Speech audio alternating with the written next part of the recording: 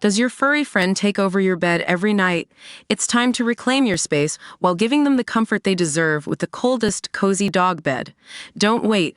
Check out the link in the video description to buy now on Amazon. Jay Slater's family had an emotional moment after being shown the exact spot the Brit teen's body was found in a treacherous ravine in Tenerife.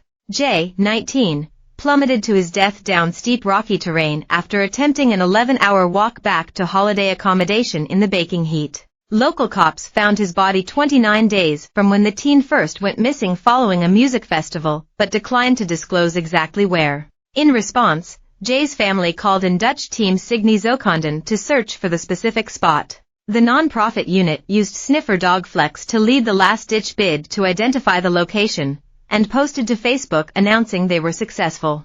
The coordinates, which they say were confirmed by police, were then shown to the Slater family: Mum Debbie, 55, Dad Warren, 58, and brother Zach, 24. It was described as an emotional moment. The post said, on the third day of the search, Signe's flex managed to penetrate to the scene of the accident. A heavy hike of 2.5 hours was covered through rocky terrain with lots of weeds, bushes, and cacti.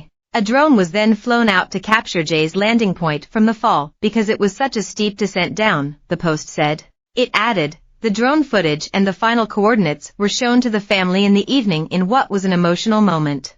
The Signe dogs brought some comfort at Jay's memorial. On the day of departure, the coordinates were confirmed by the police. Signe Search Dogs wishes the family a lot of strength with this great sadness. Jay's grief-stricken family had already hiked along the terrain to lay flowers, but wanted to pay tribute to the fallen teen at the precise spot he fell. Spanish authorities said his body showed several injuries consistent with a dramatic fall from height. The family stayed at Santiago del Tide, the mountainous region's gateway town, while the volunteer search team negotiated narrow gorges and summer heat. The family is expected to fly back to the UK with Jay's body imminently. Jay, an apprentice bricklayer, partied on after a music festival on the island with two men at a remote Airbnb in Masca on June 17.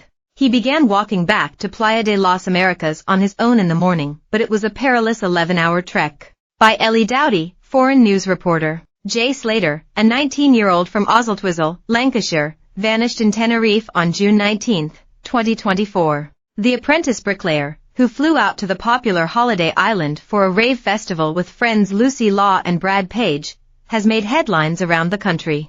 On Sunday, June 16, the three of them headed off to one of the events at Papagayo nightclub. In the early hours of Monday 17, Lucy and Brad were ready to head back to their hotel, but Jay wanted to keep partying. It was then that he left the south of the island and headed to an Airbnb in the northwest with two British men.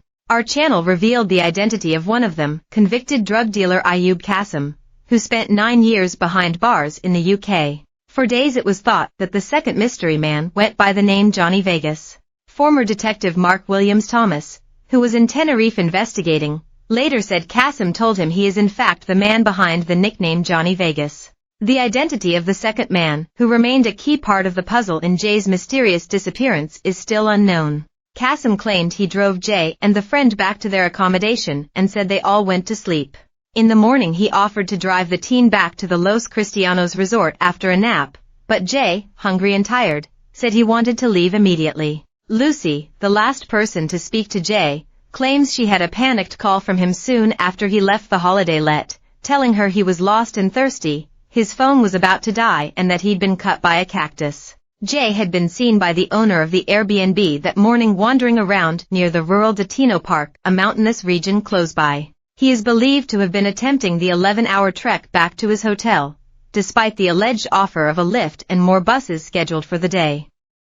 It was there that his phone last pinged. 29 days later, on Monday, July 15, Spanish police confirmed remains had been found in a ravine close to where his phone had pinged. Jay's body was formally identified and his mum, Debbie,